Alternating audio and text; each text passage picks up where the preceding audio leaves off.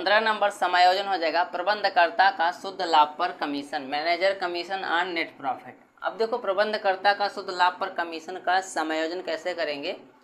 तो कभी कभी जो है व्यापार के प्रबंधकर्ता अर्थात मैनेजर को वेतन के अतिरिक्त शुद्ध लाभ पर जो है कमीशन दिया जाता है, जिससे कि व्यापार के कार्य में उसकी दिलचस्पी बढ़े और वह ज़्यादा परिश्रम से कार्य करे। ठीक है, कभी कभी क्या होता है कि जो व्यापार का मैनेजर होता है उसे सैलरी तो देते हैं, लेकिन उसके साथ साथ जो शुद्ध लाभ होगा, नेट प्रॉफिट होगा, उस पर जो है कमीशन देते हैं। जो प्रबंधकर्ता होता है या मैनेजर होता है उसको सैलरी तो दिया जाता है व्यापार के द्वारा, उसके साथ साथ जो व्यापार में शुद्ध लाभ होता है, नेट प्रॉफिट होता है, उसका भी कमीशन उन्हें दिया जाता है। किसके द्वारा? व्यापार के द्वारा।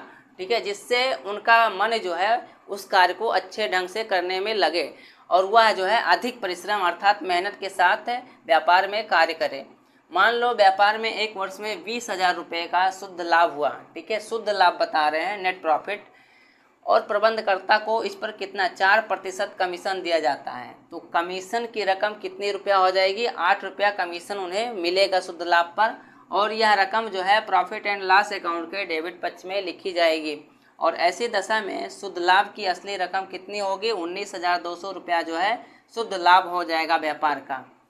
अगला टॉपिक हो जाएगा, कभी कभी जो है कंपनी के प्रबंधकर्ता के साथ ऐसा समझौता होता है कि उसके कमीशन का हिसाब इस तरह लगाया जाएगा। ठीक है, कभी कभी जो है जो मैनेजर होता है कंपनी का, उसके साथ ऐसा समझौता हो जाता है कि उसके कमीशन का जो हिसाब है इस तरह कैलकुलेट किया जाएगा कि कमीशन की रकम जो है लाभ हानि खाते के डेबिट पक्ष में लिखने के बाद, जो कमीशन की रकम है, अमाउंट है, उसको प्रॉफिट एंड लॉस अकाउंट में लिखने के बाद जो शुद्ध लाभ बचेगा, कमीशन की रकम जो है उस बचे हुए लाभ का मान लो 4% हो। ऐसी दशा में कमीशन की रकम का गणना निम्न प्रकार किया जाएगा।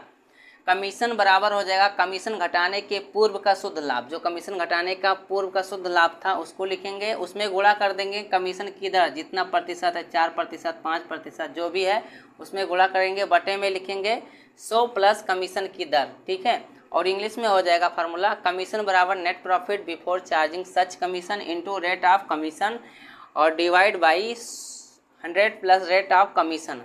अब देखो इस प्रकार के आए हुए कमीशन को लाभ हानि खाते के डेबिट पक्ष में, ठीक है, जो ये कमीशन आता है उसको क्या करेंगे प्रॉफिट एंड लॉस अकाउंट के डेबिट पक्ष में, और चिट्ठे में दायित्व पक्ष की ओर दिखाया जाता है। बैलेंस शीट में दायित्व पक्ष की ओर इसको दिखाया जाता है। अगला टॉपिक हो जाएगा, यदि कमीशन जो है लाभ हानि खाते में लिखने से पूर्व अर्थात पहले आने वाले जो लाभ होंगे उस पर एक निश्चित प्रतिशत से दिया जाएगा, तो कमीशन की राशि जो है अलग प्रकार से कैलकुलेशन की जाएगी। इसके लिए फार्मूला क्या हो जाएगा, कमीशन बराबर कमीशन घटाने से पूर्व का शुद्ध जो लाभ होता है उसमें गुणा कर देंगे कमीशन की दर से, डिवाइड बाई 100 कर देंगे। इंग्लिश में formula commission is equal to net profit before charging such commission into rate of commission divide by 100। ठीक है, ये हो जाएगा प्रबंधकर्ता का शुद्ध लाभ पर कमीशन का समायोजन।